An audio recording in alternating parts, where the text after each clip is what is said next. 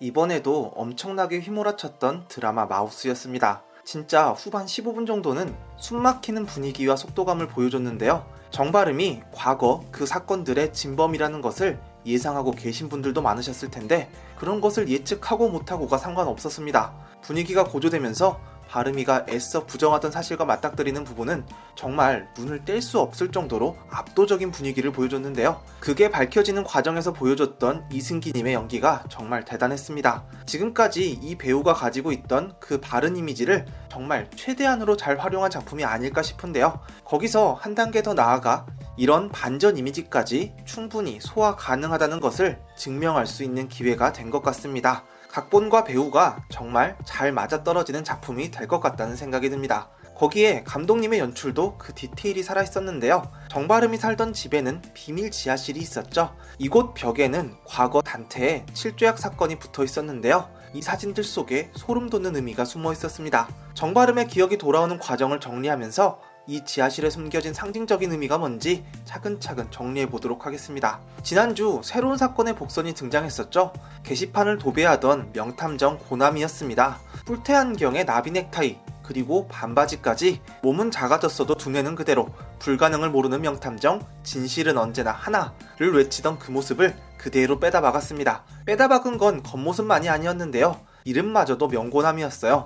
고나미는 실제로도 학교에서 발생한 크고 작은 사건들을 해결했던 모양인데요. 그런 고나미가 동네 고양이 학살 사건에 대한 결정적인 증거를 잡았다는 제보를 해왔습니다. 그 진실을 밝히기 위해 방송국을 찾았던 고나미였는데요. 고나미가 찾았던 그 증거는 고양이 이빨로 만든 열쇠고리였죠. 뻔히 눈뜨고 보면서도 그 별사탕처럼 생긴 게 고양이 이빨이라고는 상상도 못 해봤습니다. 그건 오봉이가 회상 장면에서 대놓고 바르미가 준 목걸이를 보여줬을 때도 마찬가지였죠. 바르미가 괴물이었다는 결정적 증거를 작가님과 감독님이 눈앞에서 대놓고 보여주고 있는데 전혀 눈치채지 못했습니다. 이번 고나미 사건 전체가 이 반전을 보여주기 위한 과정이었던 것 같아요. 그런데 이 사건 정말 너무 잔혹해서 그것도 충격이었습니다. 명탐정 주변에서 항상 사건들이 일어나듯 바르미 근처에 괴물들이 다 모이나봐요. 이전에 나왔던 놈들도 다 흉악한 놈들이었지만 이번에 나왔던 놈들은 정말 말로 표현할 수 없을 정도로 나쁜 놈이었습니다. 어떻게 어린애한테 그런 짓을 할 수 있을까요? 사람의 형상을 하고 있지만 사람이라고 보기 어려운 것들이었어요.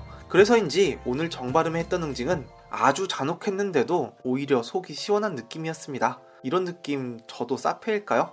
바르미는 그놈을 거꾸로 매달아 놓고 고나미에게 고통을 줬던 방식 그대로 되돌려줬고 또 다른 한 사람은 예전에 그가 빠져나갔던 방식 그대로 알리바이가 성립하지 못하게 만들어줬습니다. 그런데 여기 관할 경찰 정말 너무 무능하지 않았나요? 사건이 커지면 귀찮아진다며 그냥 가만히 두라고 했는데요. 그 귀찮음이 누군가에게는 억울한 누명이 되고 피해자에게는 풀리지 않는 한을 남긴다는 걸 알고 있을까요? 그 경찰에게도 바르미가 그대로 되돌려줬으면 좋겠다는 생각이 들 정도였습니다. 이런 경찰들을 믿을 수 없어 정바름이 직접 나서는데요. 이들의 행적을 뒤쫓는 과정에서 또 다른 단서가 등장했습니다. 1999년 황민지 사건을 조사하던 경찰들은 지능에 전혀 문제가 없는 청각장애 진술자의 진술을 지적장애로 단정짓고 그녀의 진술을 묵살해버린 거였는데요. 정바름이 그걸 확인하러 간 곳에서 정바름을 보고 갑자기 공포에 떠는 모습을 보이는 사람이 있었습니다. 그녀의 이름은 미카엘라. 작년에 오빠라는 사람이 2번 찾아왔었는데 2번째 왔을 때 다음에 올 땐 데리러 오겠다는 약속을 했답니다. 그런데 그분이 그 사람일 줄은 이라고 말을 흐렸는데요. 여기서 이야기한 그 사람은 성요한을 의미하는 거겠죠. 미카엘라를 데리러 오겠다고 이야기했던 사람이 연쇄사건의 범인으로 밝혀져서 충격을 받았던 것 같네요. 그래서 말하기가 꺼려졌겠죠. 성요한이 여기까지 찾아왔던 이유는 프레데터, 즉 재훈이의 정체를 밝힐 단서를 찾기 위해서였던 것 같은데요. 그렇다면 미카엘라의 정체는 과거 재훈이 함께 살았던 여동생이었던 것 같아요. 재훈이의 일가족이 사망하는 사건에서 사망자들이 3명 나왔었는데요. 그게 아빠와 엄마, 그리고 재훈이가 파묻으려고 했던 남동생이었던 것 같습니다. 장애를 가지고 있던 여동생은 그때 죽지 않고 이곳으로 보내져 지금까지 살아있었던 모양입니다. 미카엘라가 정확히 어떻게 살아남았는지는 차차 밝혀지겠지만 지난번에 등장했던 송수호와 관련해 과거 재훈이의 사건을 이렇게 재구성하시는 분들도 많으시더라고요. 그때 송수호가 성지은을 구해줬던 건 성지은이 무사히 한서준 2세를 출산하게 하고 그 아이가 어느 정도 자랐을 무렵 한서준에 대한 원한을 그 아들에게 풀려고 했던 의도였다. 그래서 1회에 나왔던 재훈이 일가족 사건의 진범은 재훈이가 한 게 아니라 송수호였다. 가족을 잃는 아픔을 한서준 2세에게 느끼게 해주고 싶었던 거죠. 그래서 송수호가 나중에 자기 체육관에서 불에 탄 채로 발견된 건 그 사건에 대한 보복이라는 이야기입니다. 다른 가족은 몰라도 엄마를 해친 것에 대한 복수심은 있었을 것 같아요. 재훈이가 강아지를 죽여서 맞고 있을 때에도 엄마만은 재훈이를 감싸줬잖아요. 그렇다고 고마움을 느끼는 건지는 모르겠지만 바름이가 송수호를 죽이기 전에 무자비한 폭력을 휘둘렀던 것이 그냥 본능적인 충동을 풀기 위해서가 아니라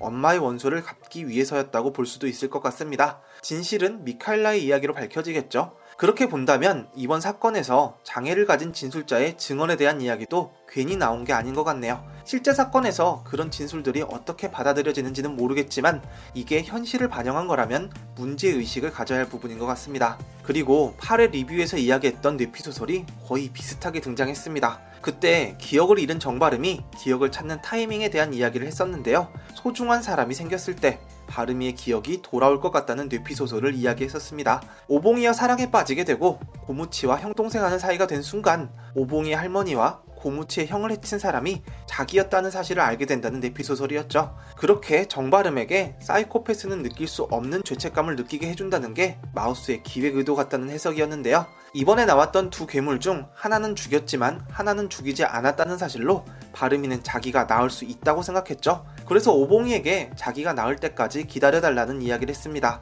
여기서 나온 키스씬이 아름답게 그려지지 않았던 것에는 다 이유가 있었던 거죠. 설레는 느낌으로도 충분히 연출할 능력은 있었을 거예요. 하지만 마우스에서 중요한 건 연애가 아닙니다. 고무치도 고무원의 생일을 맞아 과거 고무원이 죽었던 곳을 찾아갔는데요. 술을 한 잔 먹은 김에 바름이에게 찾아왔습니다. 그리고 바름이에게 우리 형 같은 형이 되어주고 싶다는 이야기를 했죠. 이렇게 오봉이와 고무치는 바름이에게 없어서는 안 될 소중한 사람이 되었습니다. 이제 바름이의 기억이 돌아올 차례였죠. 고무치가 밤에 화장실을 가다가 짐을 엎었을 때 그 안에 고무원의 목걸이가 있었나봐요. 청소를 하던 바름이는 그 목걸이를 보고 고무치가 떨어뜨리고 갔다고 생각했지만 고무치의 목에는 그 목걸이가 그대로 걸려 있었죠. 충격에 휩싸인 바름이 그렇게 증거 보관실에서 뒤돌아 나오는데 오봉이를 만났습니다. 과거의 바름이가 오봉이에게 준 목걸이의 정체가 드디어 밝혀지는 순간이었죠. 예전부터 나왔던 그 목걸이가 고양이 이빨로 만든 거였다니. 저도 이렇게 충격을 받았는데 바름이가 받았을 충격은 정말 엄청났을 것 같습니다. 그리고 또 하나, 예전 오봉이 할머니의 칼에서 강덕수의 혈흔이 발견되었다는 이야기가 나왔잖아요. 그 이야기가 나오면서 초반부터 계속 기다리던 장면이 드디어 나왔습니다. 바로 정바름의 팔뚝. 이게 언젠간 분명히 나올 거라고 생각하고 있었는데 이번 14회에서 드디어 밝혀졌네요. 세수를 하던 정바름은 팔뚝에 생긴 흉터를 보고 의아해했죠. 언제 생긴 건지 어떻게 생긴 건지 모르는 눈치였습니다. 저는 이 흉터가 정바름이 직접 자기 팔에다 자해를 한 것 같다는 느낌이 드는데요. 어린 시절 토끼배를 가르고 선생님한테 불려갔던 재훈이 기억하시죠? 그때 재훈이는 자기 팔을 긁으며 짜증나서 그렇다고 이야기했습니다. 그것도 정말 소름 돋는 장면이었죠. 언젠가 바름이나 요한이 팔뚝이 등장하면 거기에 누가 재훈이인지 알아볼 수 있는 힌트가 있을 것 같았는데요. 아시죠? 오늘 팔뚝에 생긴 상처를 보여주기 전까지 바름이나 요한이나 계속해서 긴 팔을 입고 나오면서 단 한 번도 팔뚝을 노출한 적이 없었습니다. 근데 그게 드디어 나온 거예요. 그래서 이 상처가 강덕수를 응징할 때 죽이지 않는 것까지 정확하게 되돌려줘야 해서 거기에서 오는 스트레스를 자기 팔에다 푼 흔적이 아닐까 하는 생각이 들었습니다. 꼭 강덕수 사건이 아니더라도 바름이가 무언가에 대해 스트레스를 받는 상황에서 그걸 어찌하지 못하고 무의식적으로 자기 팔에 풀었던 걸 기억하지 못했던 게 아닐까요? 예전 바름이가 살던 집에 지하실 문 앞에서 나왔던 장면도 지금 바름이의 상태가 온전치 못하다는 것을 보여주는 것 같아요. 갑자기 누군가 바름이를 말리길래 깜짝 놀랐는데 성요한이 나타난 거였죠. 요새 부쩍 출연이 늘어서 반갑네요. 여기서 나왔던 요한이는 요한이의 과거나 기억이 아니라 정바름이 믿고 싶었던, 그래서 스스로 이미지한 성요한이었던 것 같은데요. 결국 판도라의 상자는 열렸고 그 안에는 정바름이 프레데터였다는 증거가 가득했습니다. 드럼통은 블러 처리가 돼서 아무리 밝기를 조절해도 정확히 보이진 않았는데요. 대충 짐작은 하고 계시죠? 그동안 찾지 못했던 항구기가 거기에 들어있었던 것 같습니다. 그리고 벽을 가득 채우고 있는 단테의 출제학 사건의 피해자들 사진. 이 사진 속에도 바름이가 프레데터였다는 단서가 있었습니다. 우선 과거 가짜 한국이 영상에서 찾을 수 있었던 동화 그림이 있었어요. 그때 염소 가면에 흐릿하게 비춰진 걸 바르미가 캐치했었는데요. 이 벽에 각 사건을 상징했던 동화 그림이 붙어 있었습니다. 그리고 가운데 피해자들의 사진을 찍은 폴라로이드 사진이 보이죠? 이 사진을 보고 정말 깜짝 놀랐습니다. 사진 속에 찍혀있는 피해자들의 모습도 충격적이었지만 더 충격적인 건 이 사진이 붙여진 배치죠. 이건 역십자가 형상이었습니다. 컨저링, 엑소시스트 같은 영화에서 역십자가는 적 그리스도나 악령의 상징으로 등장하는데요. 신을 저주하는 제오니가 이 사건의 피해자 사진을 역십자가 모양으로 붙여놓았고 그게 바름이라는 것을 암시하고 있었던 것 같습니다.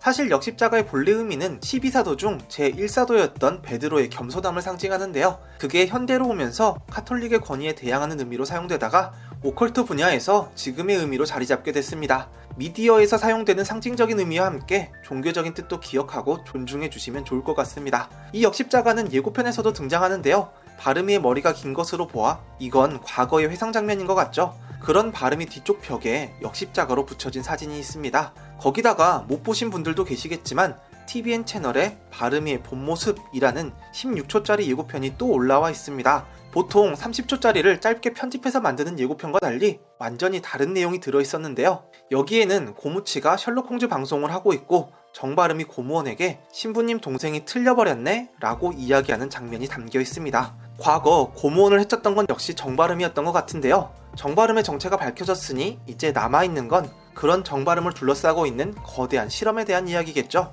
정바름은 오늘 데니얼의 조력자에 대한 의문을 던졌습니다. 데니얼을 돕고 있는 사람은 누구일까요? 데니얼은 청와대 비서실장과 모종의 거래를 한 것 같은데요. 지금까지 그 거래가 이어져서 정바름을 대상으로 한 실험이 진행되고 있는 것일지도 모르겠습니다. 아니면 이번에 이재식을 유인했던 홍주가 데니얼의 조력자일 가능성도 있을 것 같아요.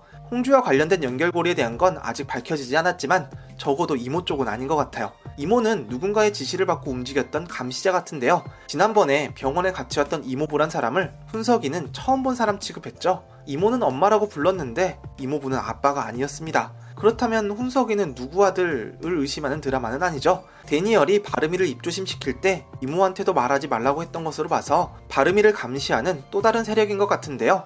그게 성지은일지 아니면 청와대 비서실일지 그것도 아니면 의외로 신상 형사의 아버지 신성민이나 야당 쪽일지도 모르겠습니다. 앞으로 밝혀질 이야기에서 하나씩 찾아내 보도록 하겠습니다. 또 뵙죠.